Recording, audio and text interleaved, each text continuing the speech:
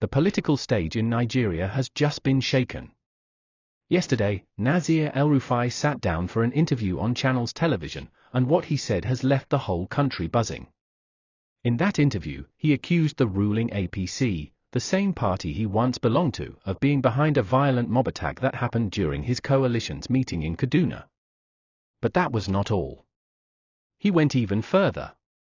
He mentioned Tinubu directly. He said Tinubu's hands are not clean.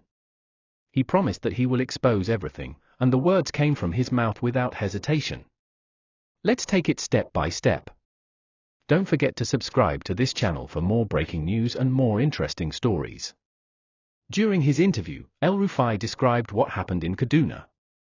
His group, a coalition tied to the African Democratic Congress, had gathered for a meeting. It was supposed to be a peaceful gathering. Leaders, supporters, and allies came together to talk about the future. But then, according to El-Rufai, everything turned upside down. Hoodlums stormed the meeting. People were injured. Cars were smashed. Gunshots were reported. The whole atmosphere turned into fear and confusion. El-Rufai said clearly that this was not an accident. He said it was not random. In his own words, he explained that the attackers were sent to break his movement. And who does he believe sent them? The APC machine itself. He pointed the finger directly at the party he once defended, and he did not hold back. The interview went deeper. The anchor pressed him, was he suggesting that Tinubu himself, the leader of the APC, had knowledge of the attack? El-Rufai leaned forward, calm but sharp, and said, "I will not just suggest it. I will prove it. These things don't happen by chance. I know the people behind it, and I will expose them." Those were his words. Strong, bold, and cutting through the air like fire. The statement sent shockwaves across the country.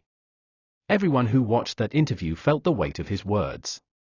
This was not gossip. This was not a hidden message. This was a direct accusation. A former governor, once one of the strongest voices inside the APC, was now saying openly that the ruling party, led by Tinubu, had a hand in unleashing violence against his new political home. He continued. He said the attack showed exactly what opposition groups have been warning about, that the APC cannot handle fair competition, that they would rather use thugs to silence voices instead of facing them in open debate. El-Rufai argued that his movement was growing too fast, that too many people were beginning to rally around him, and that the ruling side felt threatened. So, instead of dialogue, they chose violence. At this point in the interview, his words took another turn. He linked the attack to a bigger story. He said, "What happened in Kaduna proves what Peter Obi has been saying all along. He has warned Nigerians about this kind of politics. He has called for a clean, people-driven system.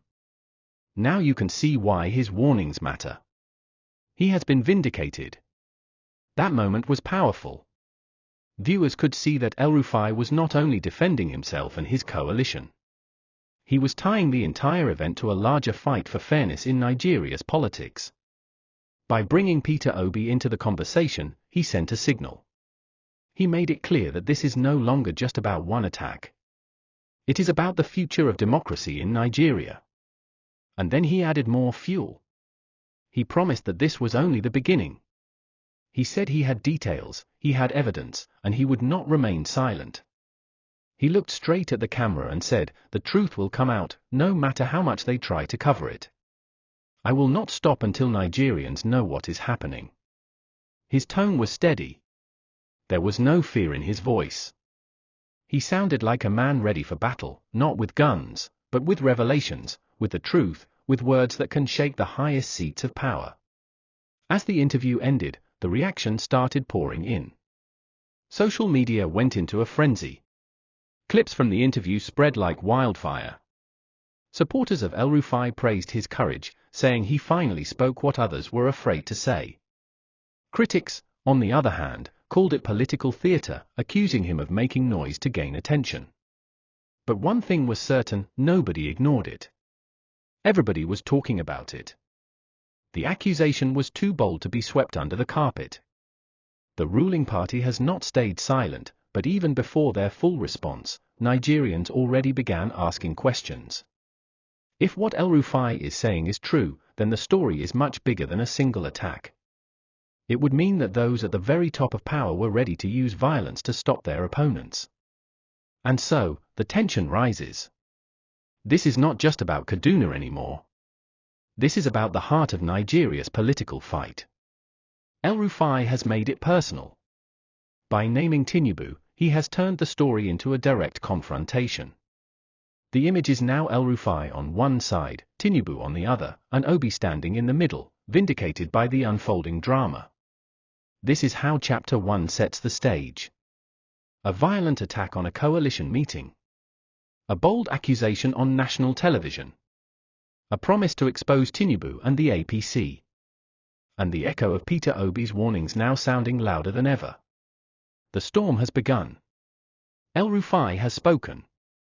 The question now is simple: what comes next? When Nasir El-Rufai spoke yesterday on Channels Television, he didn't just talk about the attack. He named names. He went beyond describing the violence. He pointed straight at the ruling APC, and he pointed at Tinubu. His voice was calm, but his message was explosive. He said, without fear, that the attack on his coalition's meeting was not just a street fight. It was an order, a plan, a deliberate attempt to break his movement. He said clearly that the APC, the party in power, was behind it.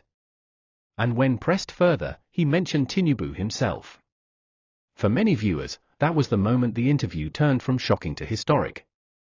Because here was a man who once stood shoulder to shoulder with Tinubu, who once defended the APC, now saying openly that Tinubu's system is dirty, that Tinubu's men use violence to silence voices, and that Nigerians must know the truth. El-Rufai didn't sound like a man guessing. He spoke like someone who knows the machine from inside. He said, these things don't just happen by chance.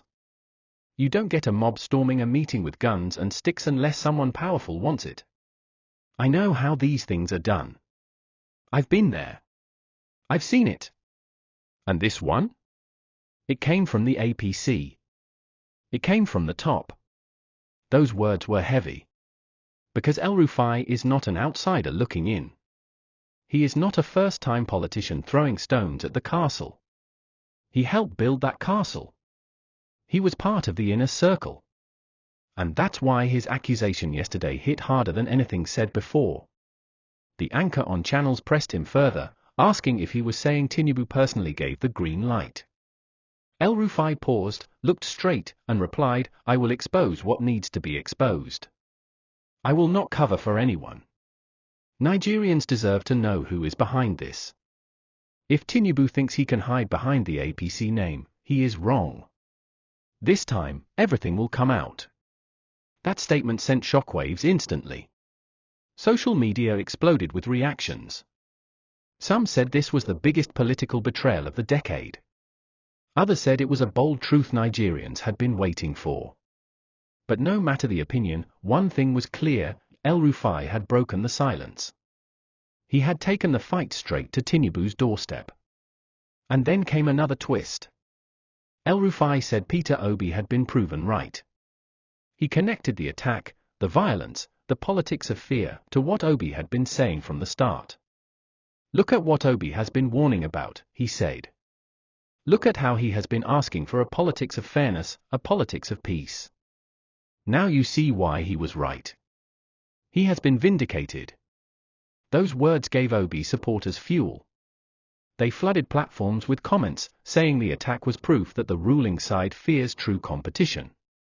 They said Obi's vision for a new style of leadership was being confirmed not by words, but by the actions of those in power who fear losing control. So in one interview, El-Rufai did three things: he exposed the violence against his movement, he accused APC and Tinubu of being behind it, and he lifted Peter Obi's name as the man whose warnings were now proven right. That triple strike is what makes his words yesterday so powerful.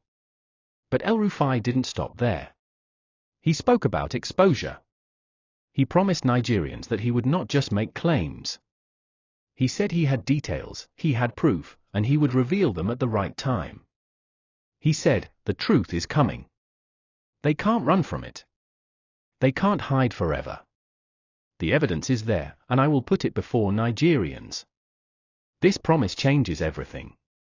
Because in politics, accusations are common. But when a man like El-Rufai, who knows the inside workings, says he will bring proof, that's when people lean closer. Nigerians are now waiting, asking, what does he know? What is he holding back? And how far will he go to bring it out? The attack itself was violent. People were injured. The hall was thrown into chaos. But the real bomb dropped was not in Kaduna. It was on Channels Television when El-Rufai named the APC and Tinubu. That bomb has set off a chain reaction that will shake politics for months to come. Already, voices are lining up. Supporters of APC are calling El-Rufai a traitor. They say he is bitter, that he is only angry because he left the party. They accuse him of trying to break the system that once lifted him. But his supporters respond with one question: if El-Rufai was lying, why are they panicking? Why are they shouting so loud? The back and forth has begun, and it will only get louder. Because El-Rufai didn't make a soft complaint. He made a direct charge. He painted the ruling party as scared, violent, and desperate. He painted Tinubu as a leader who uses chaos to hold on to power. And at the same time, he painted Peter Obi as the opposite, a man whose warnings now shine like light in the dark. By doing this, El-Rufai not only attacked Tinubu, he also strengthened Obi's image. He placed Obi in the middle of the drama, not as a victim, but as the one who saw it coming. For Nigerians watching, this is high drama. It feels less like a simple political story and more like a clash of giants. On one side, the sitting president and his powerful party. On the other, a former governor with inside knowledge who says he will spill the secrets. And behind them, Obi, now positioned as the voice that has been proven right all along. El-Rufai's accusations are not just noise. They are a spark. They have lit a fire in Nigerian politics. A fire that will burn hotter as more words, more evidence, and more reactions come. The world is watching. Nigerians are watching. And everyone is asking the same thing: if El-Rufai is this bold today, what will he reveal tomorrow? Now the big question everyone is asking: what comes next? After El-Rufai's interview yesterday on Channels Television, the political space is charged.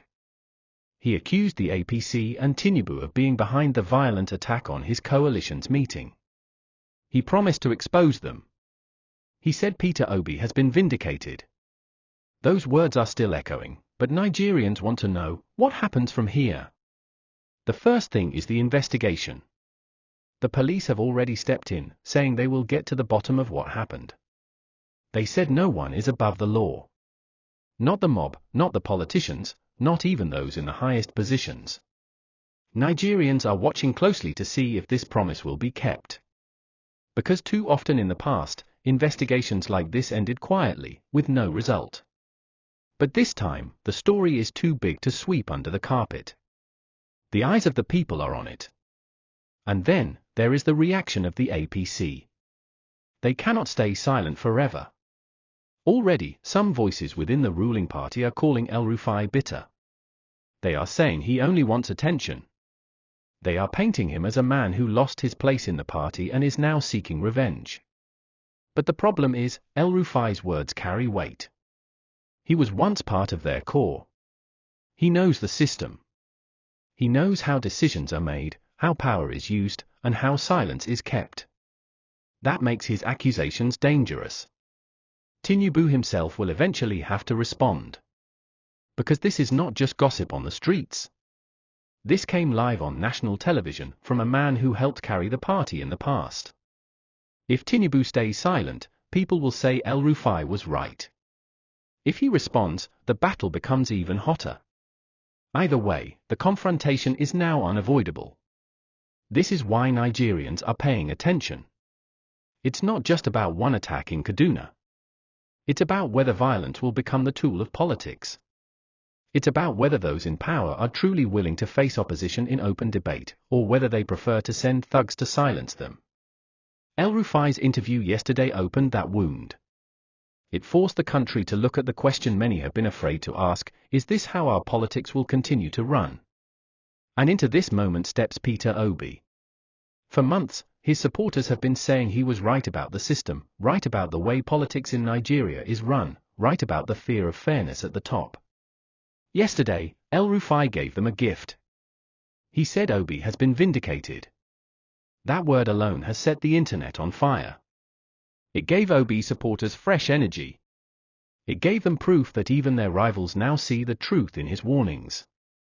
So the story is no longer just El-Rufai versus Tinubu. It is also Obi's name rising again in the middle of the fight. It is a triangle of tension: the ruling side under Tinubu, the rebel insider El-Rufai, and the opposition figure Obi, who now looks like the voice of reason. That triangle is what will shape the days to come. But what about El-Rufai's promise to expose?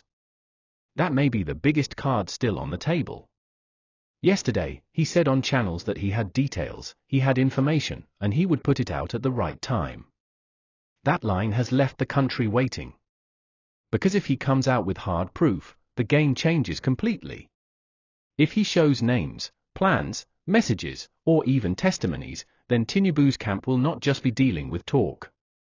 They will be dealing with evidence. And evidence is harder to deny. For now, people are guessing what he has. Some say he may have documents. Some say he may have recordings. Others say he may bring out people who were part of the plan. Nobody knows for sure. But everyone is waiting. And the longer El-Rufai holds back, the more pressure builds. When he finally makes his move, it could shake the foundations of power. The danger for El-Rufai is also clear. When you take on a system this big, you make enemies. By naming Tinubu and the APC, he has painted a target on himself. That is why many Nigerians are also worried. They ask, will he be silenced before he brings out the proof? Will pressure be used to force him into silence? Or will he stand firm and deliver on his promise? This tension makes the story even more gripping. On one side, you have a ruling party that wants to show strength.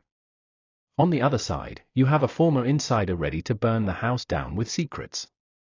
And right in the middle, you have Nigerians waiting, angry, scared, and hopeful all at once. And do not forget, this is happening at a time when people are already restless. The economy is tight. Jobs are scarce. The streets are not calm. So when a top politician says the leaders are even using violence to protect themselves, it adds fuel to the fire of frustration. It makes ordinary Nigerians feel that the system is stacked against them. So what comes next? The investigations will continue. The APC will answer. Tinubu will face pressure to defend himself. Obi's name will keep rising as El-Rufai's words echo across the country. And El-Rufai himself? He will either release the proof he promised, or risk being seen as a man who talks without showing. But one thing is clear: politics in Nigeria will not be the same after yesterday's interview. Because when a man who once stood at the heart of the ruling party goes live on channels television and says Tinubu and APC are behind violence, you cannot go back to silence. The story is out. The people have heard it. And no amount of denial can erase it. The game has changed. The battle lines are drawn. El-Rufai has taken his shot. Now Nigerians wait to see if he will bring the evidence, if Tinubu will respond, and if Obi will rise even higher in the storm. This is no longer just politics.